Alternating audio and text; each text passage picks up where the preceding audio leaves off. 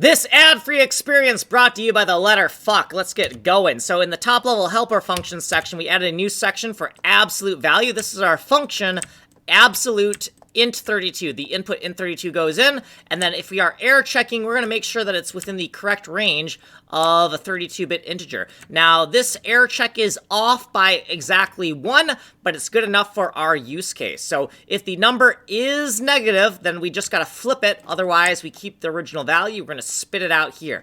Then within file 196 functions, within our loader function right here, in the segment loop, all the way down here, looping through all 3 segments of one of the walls around our micro level, we have this formula working now, right? Because this function now exists. The number of tiles X and number of tiles Y.